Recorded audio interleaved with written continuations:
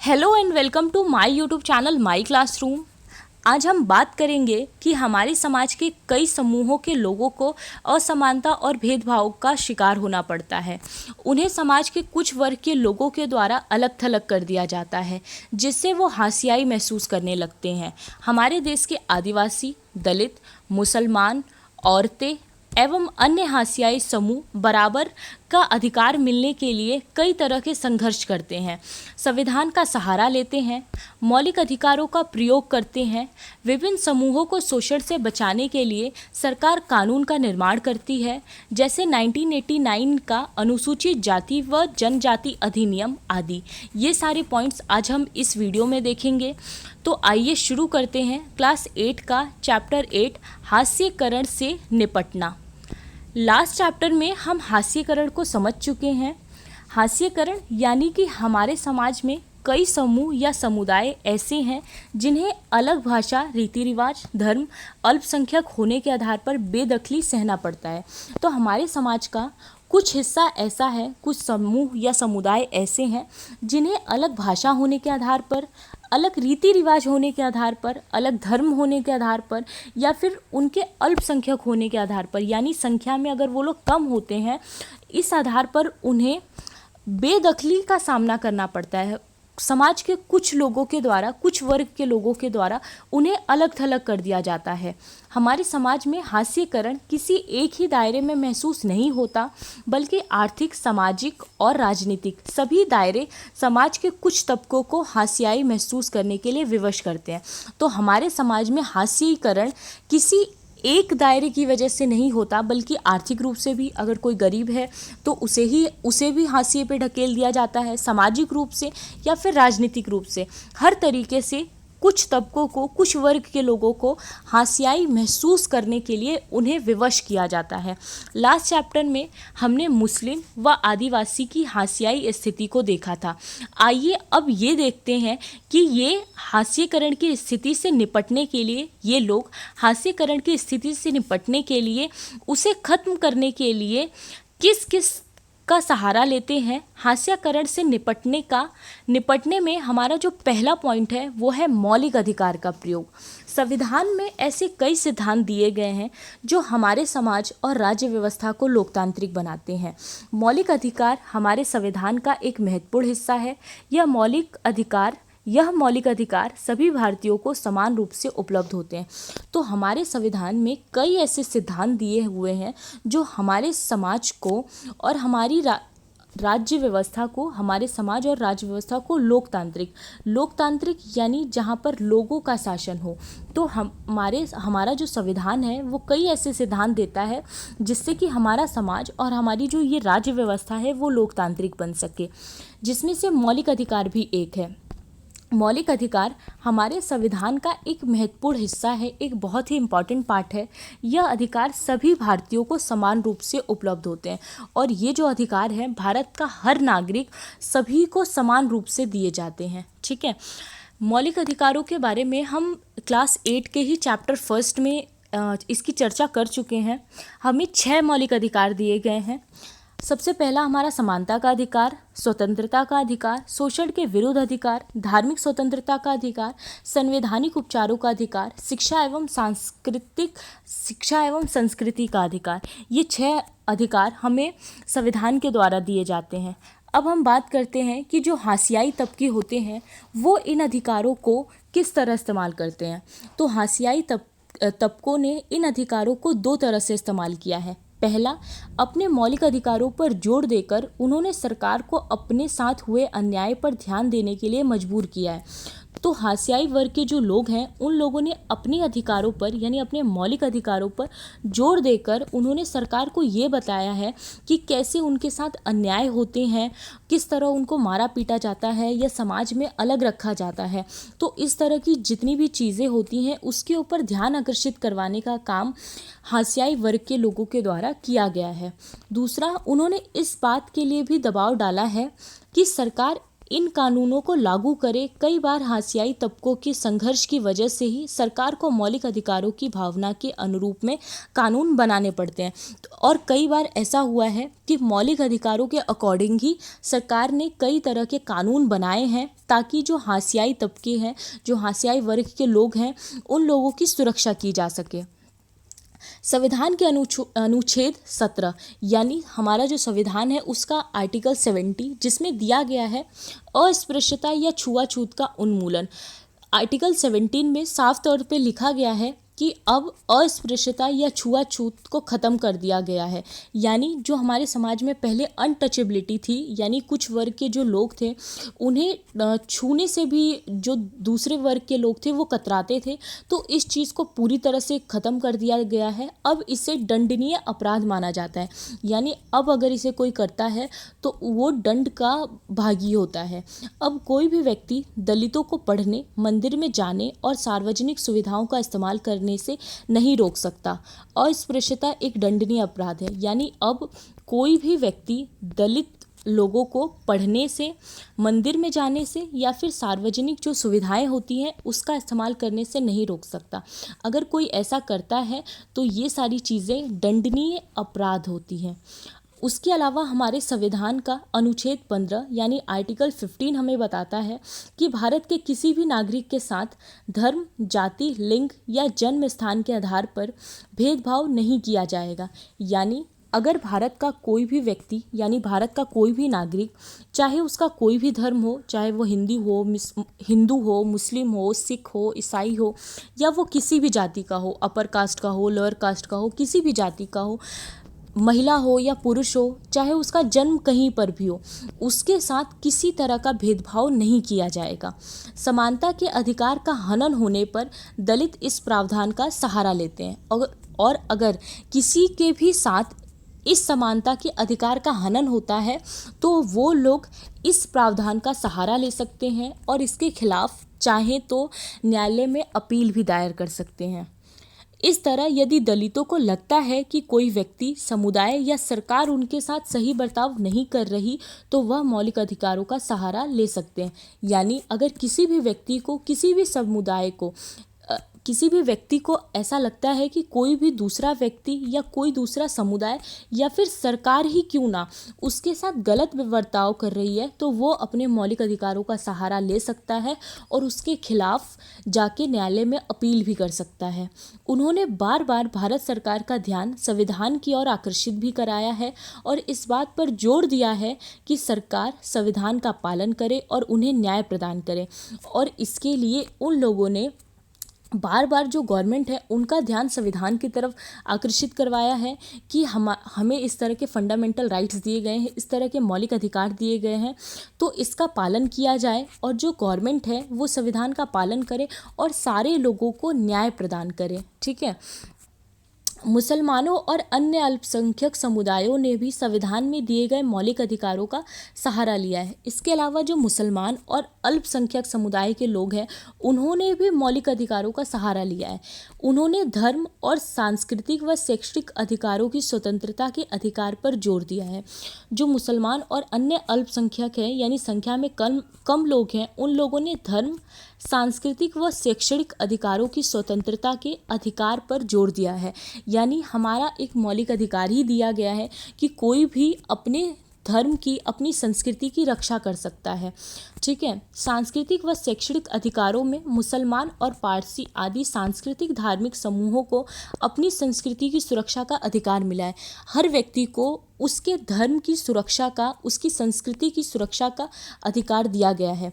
तो उसी तरह मुसलमान या पारसी या कोई भी समुदाय ये चाहे कि वो अपनी संस्कृति की रक्षा करना चाहता है तो उसके लिए उसे प्रावधान दिए गए हैं, उसे अधिकार दिया गया है। इसके अलावा अगर वो चाहे तो वो अपनी संस्कृति को बचाने के लिए या फिर अपनी शैक्षिक संस्थानों, मतलब अपने शैक्षणिक संस्थान खोल सकता है या फिर अपने उसकी संस्कृति का प्रचार प्रसार करने के लिए भी वो कई तरह के काम कर सकता है। अगर कोई भी इस तरह कोई भी जो धार्मिक समूह है वो चाहे तो अपने शैक्षणिक संस्थान खोल सकता है और उसकी मदद सरकार के द्वारा भी की जाती है। सरकार चाहे तो उसको कुछ तरह की सुविधाएं दे सकते हैं या फिर पैसों के द्वारा उनकी मदद कर सकते हैं।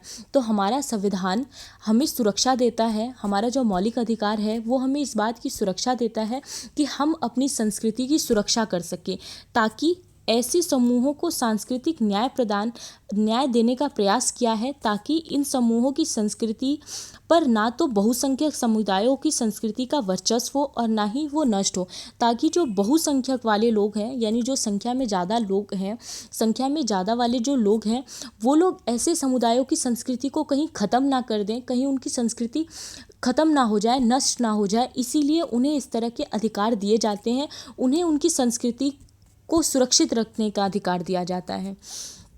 हाशियाई तबकों के लिए कानून। उसके बाद हाशियाई तबकों के लिए कुछ कानून भी बनाए गए हैं। समय समय के अकॉर्डिंग कभी भी ऐसा लगता है कि उनके साथ कुछ दुर्व्यवहार हो रहा है या समाज में कुछ नए कानूनों की ज़रूरत है, तो कानून बनाए जाते हैं। हमारे देश में हाशियाई तबकों के लिए खास कानून और नीतियाँ बनाई गई हैं। बहुत सी नीतियाँ या योजनाएं किसी समिति की सिफारिश या सर्वेक्षण आदि के नतीजों पर आधारित होती हैं।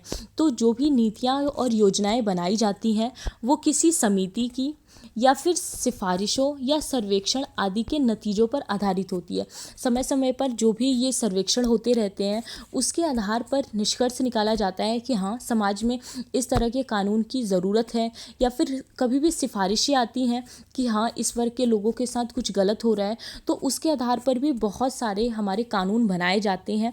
इसका पूरा एक प्रोसेस होता है जिसके द्वारा कानून बनाया जाता है, ताकि हम सबको सही अवसर उपलब्ध करा सकें, ताकि समाज का हर वर्ग के लोगों को समान अवसर दिए जा सके। ठीक है, कहीं ऐसा ना हो कि समाज में कुछ वर्ग के लोग बहुत आगे निकल जाएं और कुछ लोग बहुत पीछे रह जाएं।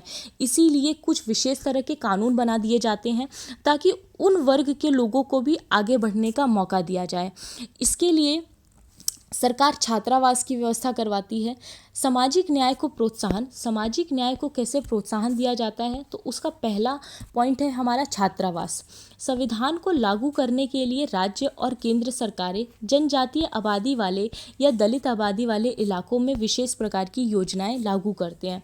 संविधान को लागू करने के लिए, यानी संविधान में जो प्रावधान दिए गए हैं उसको लागू करने के लिए राज्य सरकार और केंद्र सरकार दोनों ही जो जनजातीय आबादी वाले या फिर दलित आबादी वाले इस तरह के जो भी इलाके होते हैं वहाँ पर विशेष तरह की योजनाएं लागू करते हैं। जैसे दलितों और आदिवासियों को सरकार की ओर से मुफ्त या रियायती दर पर छात्रावास की सुविधाएं उपलब्ध कराई गई हैं। जैसे कि दलित वर्ग के जो लोग होते हैं या फिर आदिवासी जो लोग होते हैं उन लोगों को सरकार या तो फ्री में या फिर कुछ कम रेट पर छात्रावास की सुविधा देती है। इसके अलावा जैसे शहरों में भी कई बार ऐसा होता है कि कुछ जो हॉस्टल होते हैं वो फिक्स कर दिए जाते हैं अनुसूचित जाति या जनजाति या फिर आदिवासी जैसे लोगों के लिए, क्योंकि ऐसा हो सकता है जैसे कि कोई बच्चा हो वो सालों से ही जंगलों में रह रहा हो, उसका वही घर हो और वहीं पर उसने थोड़ा बहुत पढ़ना लिखना सीखा हो और उसके बाद अचानक से वो अगर शहर में आ जाए और आगे की पढ़ाई करना चाहता हो लेकिन उसके पास कोई सुविधा नहीं है तो वो कैसे करेगा। इसीलिए कई तरह के जो हॉस्टल होते हैं वहाँ पर फ्री हॉस्टल्स ऐसे बच्चों के लिए इसको बनवाया जाता है ताकि वो अपने आगे की पढ़ाई कंटिन्यू कर सके और उसे किसी तरह की दिक्कत ना हो। ठीक है, ताकि उन्हें शिक्षा संबंधी सुविधाएं मिल सके जो मुमकिन है कि उन्हें अपने इलाके में उपलब्ध नहीं हो। तो ऐसे इलाकों में बहुत सी सुविधाएं उपलब्ध करवाई जाती हैं, जैसे छात्रावास की सुविधा उपलब्ध करवाई जाती है, क्योंकि वहाँ पर इस तरह की कोई जो सुविधा है वो पहले से उपलब्ध नहीं थी, इसीलिए इस तरह के प्रावधान किए जाते हैं। उसके बाद आ जाता है हमारा आरक्षण। सरकार कानूनों का भी इस्तेमाल करती है ताकि व्यवस्था में निहित असमानता को ख़त्म करने के लिए ठोस कदम उठाए जा सके। इसके अलावा सरकार कुछ विशेष तरह के कानून बना देती है ताकि जो व्यवस्था है उसमें असमानता जो फैल रही है उसको ख़त्म किया जा सके। इसके लिए वो कुछ विशेष तरह के ठोस कदम उठाती है, जैसे कि आरक्षण। आरक्षण की व्यवस्था इसी तरह का एक महत्वपूर्ण कानून है। आरक्षण यानी रिजर्वेशन शिक्षा संस्थानों और सरकारी नौकरियों में दलितों व आदिवासियों के लिए सीटों के आरक्षण का एक महत्वपूर्ण तर्क पर आधारित है। तो जो आरक्षण है वो कई शिक्षण संस्थानों में या फिर सरकारी नौकरियों में दिया जाता है। जैसे अगर किसी कॉलेज में एडमिशन लेना है, ठीक है, तो उस कॉलेज में मान लीजिए 100 सीटें हैं, तो उसमें से 30 सीटें अनुसूचित जाति अथवा अनुसूचित जनजाति के लिए फिक्स कर दी जाती है। यानी इन सीटों के ऊपर सिर्फ इन लोगों का ही एडमिशन होगा और किसी वर्ग का एडमिशन नहीं होगा, ठीक है। तो इसे हम रिजर्वेशन कहते हैं। जब किसी भी कॉलेज में या फिर किसी नौकरी में कुछ सीटों को आरक्षित कर दिया जाता है, फिक्स कर दिया जाता है कि इन सीटों पर, यानी इन सीटों पर सिर्फ उन्हीं लोगों को एडमिशन दिया जाएगा या जॉब दिया जाएगा जिनके लिए ये फिक्स की गई हैं, ठीक है। इसके अलावा हमारे जैसे समाज में जहाँ कुछ तबकों को सदियों तक पढ़ने लिखने और नई निपुणता हासिल करने के अवसर से वंचित रखा गया है, वहाँ लोकतांत्रिक सरकार को इन तबकों की सहायता के लिए ठोस कदम उठाने चाहिए। और ये चीज़ इसलिए की जाती है, यानी ये जो रिजर्वेशन का प्रावधान है कि 100 में से 30 सीटें या फिर 50 सीटें रिजर्व कर दी गई, तो ये चीज़ें इसलिए की गई हैं ताकि हमारा जो समाज है उसमें कुछ तबके ऐसे हैं, कुछ वर्ग के लोग ऐसे हैं जिन्हें सदियों से, सालों से पढ़ने लिखने का अधिकार नहीं दिया गया, कई नई निपुणता यानी नए स्किल सीखने का अवसर भी नहीं मिला उन लोगों को। इसीलिए इस तरह के कानून बनाए जाते हैं। जब इसे लागू किया गया था तब उन लोगों की स्थिति बहुत ज़्यादा ख़राब थी, यानी जो अनुसूचित जाति या जनजाति या फिर हमारे ये आदिवासी वर्ग के जो भी लोग थे, इन लोगों की स्थिति बहुत ख़राब थी। तो उनकी स्थिति अच्छी करने के लिए और समाज में बाकी लोगों के बराबरी में लाने के लिए इसे लागू किया गया था, ठीक है। तो वहाँ लोकतांत्रिक सरकार, यानी ऐसे में लोकतांत्रिक सरकार को इन तबकों की सहायता के लिए ठोस कदम उठाने चाहिए, क्योंकि लोकतांत्रिक समाज में किसी भी वर्ग को पीछे नहीं छोड़ा जा सकता, सभी वर्ग को आगे लेके चलना ही पड़ता है, तभी वो लोकतांत्रिक सरकार कहलाती है। इसीलिए ये प्रावधान रखा गया है। यानी अगर किसी के पास सुविधाएं उपलब्ध नहीं है तो उसको आरक्षित सीटें दी जाएं ताकि वो अपनी आगे की पढ़ाई या अपनी जॉब में वो हिस्सा ले सके, वो बाकी लोगों के बराबर में आ सके, ठीक है। आरक्षण की नीति किस तरह काम करती है? अब हम बात करते हैं कि जो रिजर्वेशन होता है ये किस तरह काम करता है। तो देश भर की सभी राज्य सरकारों के पास अनुसूचित जातियों, अनुसूचित जनजातियों और पिछड़ी व अति पिछड़ी जातियों की अपनी अपनी सूचियां हैं। देश भर में जितनी भी राज्य सरकारें हैं उन सब के पास अनुसूचित जाति के लिए, अनुसूचित जनजातियों के लिए और पिछड़ी और अति पिछड़ी यानी बहुत ज़्यादा पिछड़ी जो जातियां हैं उन सब की अपनी लिस्ट होती है। इस तरह की एक सूची केंद्र सरकार के पास भी होती है। जो विद्यार्थी शैक्षिक संस्थानों में दाखिले के लिए या उम्मीदवार सरकारी नौकरी के लिए आवेदन देते हैं उन्हें जाति और जनजाति प्रमाण पत्र के रूप में अपनी जाति या जनजाति का सबूत देना होता है। तो किसी भी विद्यार्थी को अगर एडमिशन लेना हो या कोई भी कैंडिडेट है जिसे कि गवर्नमेंट जॉब लेनी है, सरकारी नौकरी के लिए अगर उसे आवेदन करना है तो उसे अपना प्रमाण पत्र देना होता है कि मैं इस जाति का हूँ या फिर मैं इस जनजाति का हूँ, ठीक है। तो वो जो उसका प्रमाण पत्र होगा, उसकी जाति या जनजाति का जो भी प्रमाण पत्र होगा वही उसकी जाति या जनजाति के होने का सबूत होता है और उसी के आधार पर उसको एडमिशन दे दिया जाता है या फिर उसे जॉब दे दी जाती है। अगर कोई खास दलित जाति या जनजाति सरकारी सूची में है तो उस जाति या जनजाति का उम्मीदवार आरक्षण का लाभ उठा सकता है। तो अगर वो उस लिस्ट में है और उसके पास उसके सारे डॉक्यूमेंट्स भी हैं तो उसे आरक्षण मिल जाता है। कॉलेज, खास तौर से मेडिकल कॉलेज जैसे संस्थानों में दाखिले के लिए सरकार ने कट ऑफ या न्यूनतम अंक सीमा तय की हुई है। इसके अलावा वैसे तो सीटें फिक्स कर दी जाती हैं हर जगह पर कि मतलब 100 में से कुछ पर्टिकुलर सीटें हैं वो अनुसूचित जाति या जनजाति या पिछड़े वर्ग के लिए होंगी, लेकिन जो मेडिकल कॉलेजेस वगैरह होते हैं वहाँ पर कट ऑफ लिस्ट निकाली जाती है। कट ऑफ लिस्ट का मतलब होता है कि जैसे अगर किसी बच्चे के 50 मार्क्स से ऊपर आएंगे, 50 मार्क्स से ऊपर आएंगे और वो SC ST या OBC का होगा तो ही उसे एडमिशन मिलेगा। यानी उनके लिए 30 सीटें तो आरक्षित है उस कॉलेज की 30 सीटें तो उनके लिए आरक्षित है, लेकिन उन 30 सीटों में भी जब उनके मार्क्स फिक्स होंगे कि हाँ 50 से ऊपर, यानी 50 से कम मार्क्स नहीं आने चाहिए, कम से कम, ये इससे कम भी हो सकता है और इससे ज़्यादा भी हो सकता है, हम बस एक ऐसा अनुमानित आंकड़ा ले रहे हैं कि 50 से ऊपर या 50 से ऊपर ही उसके नंबर होने चाहिए, तभी उसको एडमिशन मिलेंगे। तो उसके बाद उन 30 सीटों पे जितने भी SC ST या OBC बच्चे होंगे जिनके भी 50 से ऊपर नंबर होंगे, उन्हें ही उन सीटों पर दाखिला मिलेगा। ठीक है, तो कुछ संस्थान ऐसे भी हैं जहाँ पे कट ऑफ के आधार पर भी एडमिशन लिए जाते हैं। इन संस्थानों में सभी दलित और आदिवासी उम्मीदवार दाखिला नहीं पा सकते, इसमें सभी लोगों को दाखिला नहीं मिलता, बल्कि जिनके मार्क्स मतलब पर्टिकुलर जो भी उनका कट ऑफ होगा उससे ऊपर होंगे, उसी को मिलेगा। इनमें उन दलित और आदिवासी विद्यार्थियों को दाखिला मिल सकता है जिन्होंने परीक्षाओं में अच्छा प्रदर्शन किया और न्यूनतम सीमा से ज़्यादा अंक प्राप्त किए हैं। तो जिसने भी पेपर में अच्छा परफॉर्मेंस किया है, जिसके भी मार्क्स अच्छे हैं और जितनी सीमा तय की गई है, यानी 50, 60, 70 जितने भी मतलब तय किए गए हैं कि इतने % या इतने मार्क्स होने चाहिए, उतने हो तभी उसको वहाँ पे एडमिशन मिलता है। दलित और आदिवासियों के अधिकारों की रक्षा।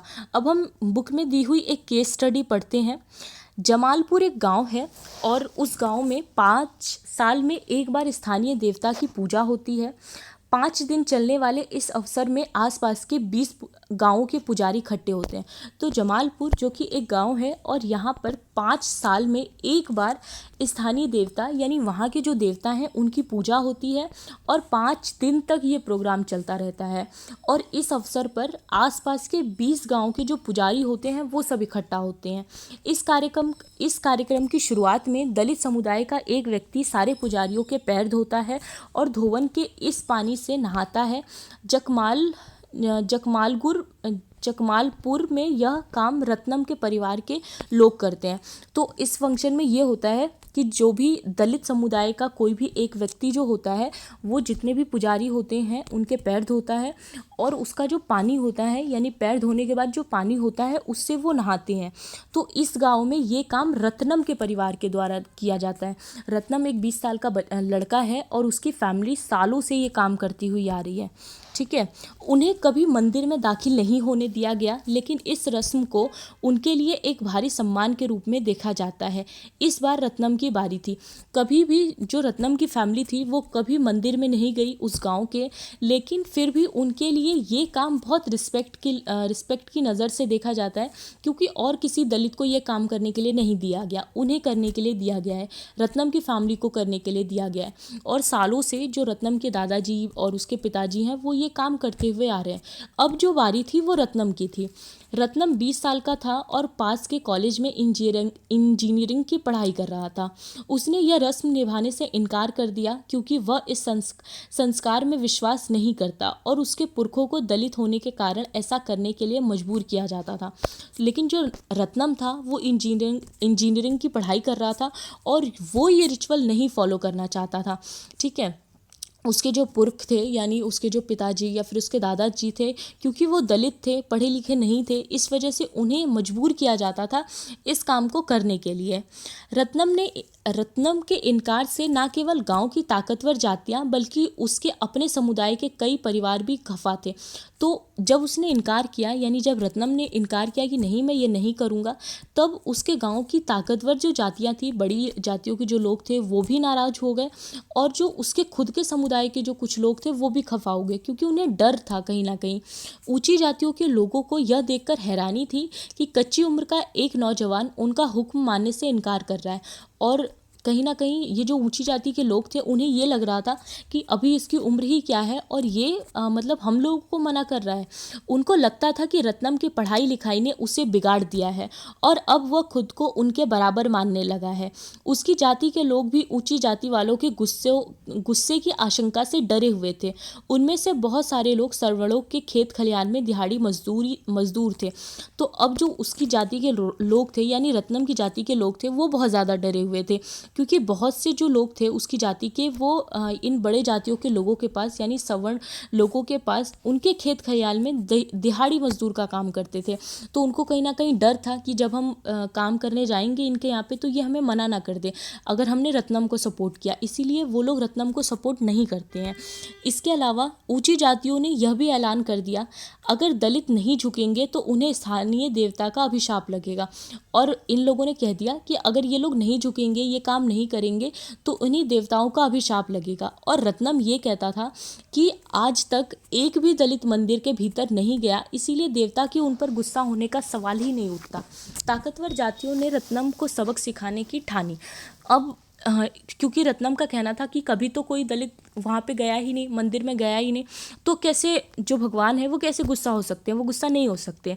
उसके बाद जो ताकतवर जातियाँ थी वो उसको सबक सिखाना चाहती थी, क्योंकि उन्हें डर था कि अगर आज इसने विरोध किया है कल को सारे विरोध करने लगेंगे तो हमारा जो वर्चस्व है ये ख़त्म हो जाएगा। उन्होंने उसके समुदाय को हुक्म दिया और उसके परिवार का बहिष्कार कर दे। फिर उन्होंने बोला कि जो रत्नम की फैमिली है बाकी सारे लोग उसका बहिष्कार करेंगे, यानी उनसे अब कोई संबंध नहीं रखेगा, उसकी कोई हेल्प नहीं करेगा। ठीक है, सभी को ये आदेश दिया गया कि कोई भी उसके परिवार से किसी तरह का संपर्क नहीं रखे। एक रात को अचानक कुछ लोगों ने आकर रत्नम की झोपड़ी में आग लगा दी। वह किसी तरह अपनी माँ के साथ जिंदा भाग निकला और इतना बुरा बर्ताव किया गया उसके साथ कि एक दिन उसकी झोपड़ी में ही आग लगा दी। जैसे तैसे वो अपनी मम्मी को लेकर निकल तो गया। उसके बाद उसने अनुसूचित जाति और अनुसूचित जनजाति अधिनियम 1989 के तहत स्थानीय थाने में मामला दर्ज करवाया, लेकिन दलित परिवार तब भी उसके समर्थन में आगे नहीं आए। यानी आग लग गई, इतना कुछ हो गया, लेकिन फिर भी जो दलित परिवार थे वो उसके सपोर्ट में आगे नहीं आए, क्योंकि कहीं ना कहीं वो लोग डरे थे कि हमारे साथ भी ऐसा हो जाएगा या हमारा भी बहिष्कार कर दिया जाएगा। उन्हें लगा कि अगर बोलेंगे तो उनकी हालत भी ऐसी ही बना दी जाएगी। उसके बाद जो वहाँ की स्थानीय मीडिया थी उन लोगों ने इस पर बहुत ज़्यादा ध्यान दिया। बहुत सारे जो पत्रकार थे वो गाँव भी आए। उन्होंने दलित प्रतिरोध के जो प्रतीक के रूप में इसे पेश किया। विवादास्पद रस्म तो ख़त्म कर दी गई, यानी ये जो रस्म थी वो उस गांव से ख़त्म कर दी गई, लेकिन उसके परिवार को गांव छोड़कर जाना पड़ा क्योंकि गांव की ऊंची जातियों ने उसका बहिष्कार कर दिया। लेकिन जो रत्नम था उसकी फैमिली को वो गांव छोड़ना पड़ा क्योंकि वहाँ की जो ऊंची जातियाँ थी उन्होंने इसका बहिष्कार कर दिया था। ठीक है, अब हम देखते हैं अनुसूचित जाति और जनजाति अधिनियम 1989, जिसके तहत जो रत्नम था उसने पुलिस स्टेशन में अपनी रिपोर्ट लिखवाई थी। ये क्या था? तो अनुसूचित जाति और जनजाति अधिनियम जो है ये 1989 का SC/ST एक्ट 1989, ये एक्ट बनाया गया था दलित और अन्य समुदायों की मांग पर। उन लोगों की मांग पर ये एक्ट 1989 में बनाया गया था। उस समय सरकार पर इस बात के लिए भारी दबाव पड़ रहा था कि वह दलित और आदिवासियों पर होने वाले दुर्व्यवहार और अपमान पर रोक लगाने के लिए ठोस कार्रवाई करे, क्योंकि जो भी ये दलित और आदिवासी समुदाय के लोग थे उनके साथ बहुत ज़्यादा बुरा व्यवहार किया जा रहा था उस टाइम पे, पहले के टाइम पे। क्योंकि जैसे हमने रत्नम का देखा कि उसके साथ कितना ज़्यादा बुरा व्यवहार किया जा रहा है, तो इस तरह की चीज़ें और भी बहुत हो रही थी। तो जो भी इन लोगों को सपोर्ट करने वाले लोग थे, दलित और आदिवासियों को सपोर्ट करने वाले जो लोग थे, उन लोगों ने आवाज़ उठाई, कई सारे आंदोलन किए और सरकार से ये मांग की कि इसके ऊपर कोई ठोस कदम उठाए जाने चाहिए। ठीक है, 70 के दशक के आखिर में और 80 के दशक में ये जो समस्या थी वो बहुत ज़्यादा हिंसक हो गई थी। पहले से भी ये प्रॉब्लम बहुत ज़्यादा चली आ रही थी, लेकिन उस टाइम पे तो ये बिल्कुल हिंसक मामला बन गई थी, एकदम मार काट जैसा हो गया था। इस दौरान दक्षिण भारत में कई हिस्सों में बहुत सारे आग्रही दलित संगठन सामने आए। उन्होंने अपने हकों के लिए पुरजोर विरोध आवाज़ उठाई, वे समानता का अधिकार चाहते थे। उसके बाद बहुत से दक्षिण भारत के जो कई हिस्से थे वहाँ से लोग आए, उन्होंने इसके लिए आवाज़ उठाई और कहा कि हमें समानता का अधिकार मिलना ही चाहिए, इस तरह का भेदभाव नहीं चलेगा। अब तो हमें मौलिक अधिकार भी दे दिए गए हैं कि किसी के साथ भेदभाव नहीं होना चाहिए, तो अब ये क्यों हो रहा है? उसके बाद सरकार को इस बात का एहसास कराने के लिए दलित संगठनों ने व्यापक अभियान चलाए। छुआछूत अभी भी जारी है। फिर उन्होंने अभियान चलाया कि अभी भी छुआछूत जारी है, मौलिक अधिकार तो दिया गया है लेकिन उसका पालन भी तो किया जाए। उन्होंने इस बात के लिए दबाव बनाया कि नए कानून में दलितों के साथ होने वाली विभिन्न प्रकार की हिंसा की सूची बनाई जाए और इस तरह के अपराध करने वालों के लिए सख्त सजा का प्रावधान किया जाए। अब उन लोगों ने बोला कि एक लिस्ट पूरी तैयार होनी चाहिए कि इस तरह का अगर कोई व्यवहार करता है किसी भी दलित के साथ तो वो सजा का पात्र होगा। ठीक है, 1970 और 1980 के दशक में आदिवासियों ने भी खुद को बड़े पैमाने पर संगठित किया। उसके बाद जो आदिवासी थे उन लोगों ने भी खुद को इकट्ठा किया। उन्होंने ना केवल बराबरी के लिए आवाज़ उठाई बल्कि अपनी ज़मीन व संसाधनों को हासिल करने के लिए आंदोलन चलाए, क्योंकि जो आदिवासी थे उन्हें जंगलों से हटा दिया जाता था, उनको वहाँ से बेदखल कर दिया जाता था। एक तो उनके रहने की वही जगह होती थी, लेकिन जो गवर्नमेंट होती थी या जो कुछ लोग होते थे अपने फ़ायदे के लिए उन्हें वहाँ से हटा दिया करती थी। तो उन लोगों ने भी इसके लिए आवाज़ उठाई कि उन्हें अपनी ज़मीन और संसाधनों को हासिल करना है, यानी उनको उनकी जगह से नहीं हटाया जाए और जिन्हें हटाया गया है उन्हें उनकी ज़मीन वापस दिलवाई जाए। इसके लिए उन्होंने भी आवाज़ उठानी शुरू कर दी। इन आदिवासियों को भी ताकतवर सामाजिक गुटों का गुस्सा झेलना पड़ा और उनके साथ भी जमकर हिंसा हुई। इस तरह कानून में अपराधियों की एक लंबी सूची दी गई। तो इस तरह से जो आदिवासी थे इन्हें भी जो सामाजिक हमारा जो गुट था, ताकतवर गुट था, उनका गुस्सा झेलना पड़ा। जैसे रत्नम की फैमिली को झेलना पड़ा, उसी तरह आदिवासियों को भी और दूसरे तरह के प्रॉब्लम्स हुए, लेकिन प्रॉब्लम तो उन्हें भी हुए। एक तो इन्हें अलग अलग तरह की प्रॉब्लम्स का सामना करना पड़ता था जो आदिवासी होते थे, क्योंकि एक तो उन्हें उनके जंगल से हटा दिया जाता था, क्योंकि बचपन से ही वो उसी जंगल में रह रहे हैं। उनके जो पुरख हैं वो भी वहीं रह रहे थे, उनके दादा परदादा सबके लिए वही ज़मीन थी। तो कहीं ना कहीं एक तो इनके लिए ये बहुत ज़्यादा प्रॉब्लम की बात हो जाती है कि उन्हें उनके स्थानीय जगह से हटा दिया गया। दूसरा, वहाँ से हटा के उन्हें कहीं पर बसाया भी नहीं जाता है, अच्छे से छोड़ दिया जाता है ऐसे ही। फिर वो धीरे धीरे शहर में आ जाते हैं। शहर में भी उनकी स्थिति बहुत ख़राब होती है, क्योंकि वो कोई भी दूसरे तरह का काम नहीं जानते हैं, वो सिर्फ जंगलों की चीज़ों के बारे में ही जानते हैं, जंगल को ही अच्छे से जानते हैं। तो वो आगे कहीं आईटी की कंपनी में कंप्यूटर तो चलाने नहीं लगेंगे, क्योंकि उनको ये चीज़ें थोड़ी ना आती हैं। हम उनसे ये उम्मीद भी नहीं रख सकते कि वो इस तरह का काम करेंगे।